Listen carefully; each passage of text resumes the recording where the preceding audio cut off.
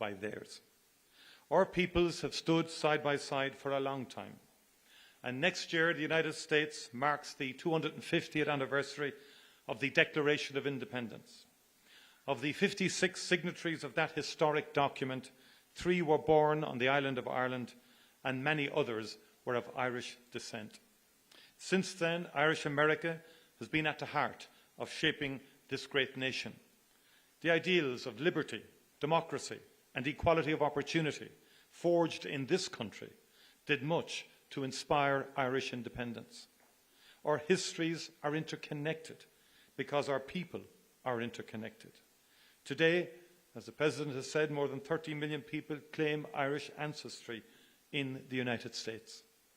Those who came to America seeking refuge from poverty and hunger at home worked hard.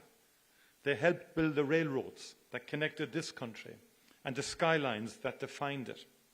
Others served their communities and their adopted home as firefighters, teachers, nurses, doctors, policemen, and soldiers. Irish people can now be found in almost every industry and community across the United States.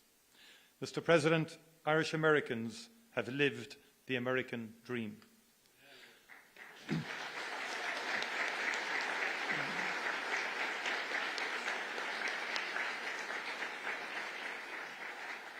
I saw that for myself earlier this week in the great state of Texas, where I met Governor Greg Abbott, attended South by Southwest, and learned about exciting economic opportunities that abound in the Lone Star State.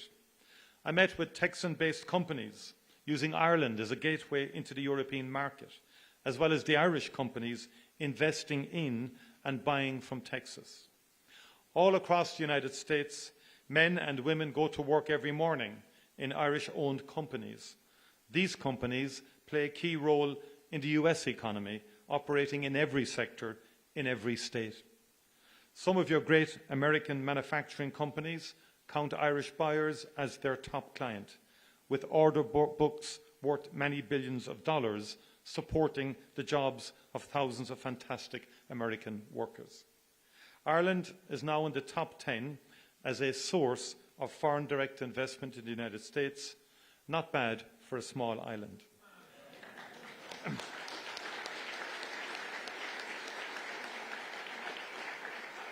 Ireland likes to trade with the United States, and the United States likes to do business with Ireland because we are strong and reliable partners. Mr. President, let's do even more and better together. In the past, Irish labourers came to help build the new republic, the beacon on the hill. They even built this beautiful White House. They built the roads and the railroads that made this mighty union possible. Today, Irish companies are building the infrastructure connecting the United States in the 21st century. Throughout our great shared history, Ireland has played a role in bringing America closer. In doing so, we've been proud to help make this country great. Mr. President, American companies continue to invest in Ireland, where our access to the European market, talented workforce, and consistent and stable business environment makes us one of the best places in the world to do business. And just like our peoples and cultures, our economies are deeply interconnected. Investment in Ireland helps American companies sell their products across the world. Our island is home to a people with an outward perspective, generations of whom have looked to the United States for opportunity and inspiration. We've built prosperity through free and fair trade with partners all over the world, and particularly here in these United States. Let us continue to build on that foundation, bringing ever-growing prosperity to both our great peoples. Let us continue to work together to make sure that we maintain that mutually beneficial two-way economic relationship that has allowed innovation and creativity and prosperity to thrive. Mr. President, on St. Patrick's Day in 1981, in this House, President Ronald Reagan spoke of a just and peaceful solution to the conflict in Northern Ireland. And that was the start of an extraordinary journey. 17 years later, after enormous effort and commitment and dialogue and disagreement and sheer perseverance, We signed the Good Friday Agreement. We signed a just and lasting peace into being. And the United States of America was at the very centre of that magical moment of hope and inspiration. Successive presidents, Republican and Democrat, cared enough to put in the late nights, the persuading, the cajoling, the negotiating, the encouraging, the influencing. And Mr. President, 3,720 people were killed in that conflict and close to 50,000 people were injured. In per capita terms, that's many millions of Americans. And just imagine that for a moment in terms of the scale of what happened. It was the support of the United States of America that was essential in bringing that to an end. One of the greatest achievements of American foreign policy, with heartfelt commitment from both sides of the aisle.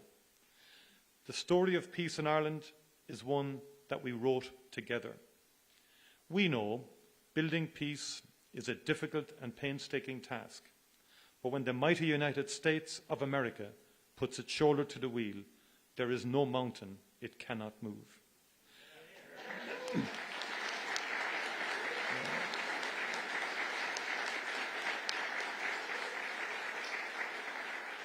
Mr. President, I welcome the unrelenting focus and energy you have brought to the search for peace in Ukraine and in the Middle East since your first days in office.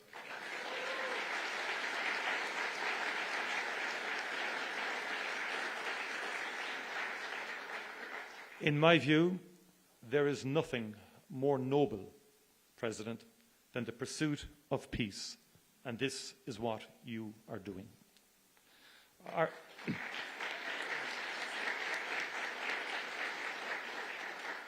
Ireland is ready to work with you and our international partners to end conflict and especially to bring just, lasting and sustainable peace to the people of Ukraine and the people of the Middle East.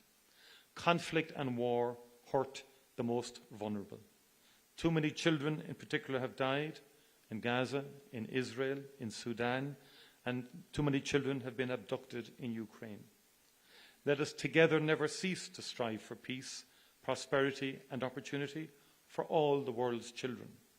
That would be an extraordinary achievement for the transatlantic relationship and an extraordinary legacy for the ages. Mr. President, County Clare is one of the most beautiful places on this earth. And Doonbeg is one of its finest jewels. One of Ireland's finest poets, and we've had a few, as you know, wrote of the beauty of County Clare along the flaggy shore in September or October, when the wind and the light are working off each other. And Heaney wrote of how Ireland can catch the heart off guard and blow it open. I have been to that part of Clare, and I know that that is true. Mr. President, I hope that we can welcome you to Ireland soon to catch your own heart off guard. You know better than anyone the beauty of Doonbeg, a place that would take anyone's breath away. Gorov Mila Amahagut, Banachdi na Fela Podrig Oruv Galer. Thank you very much indeed, and happy St. Patrick's Day to you all. Thank you.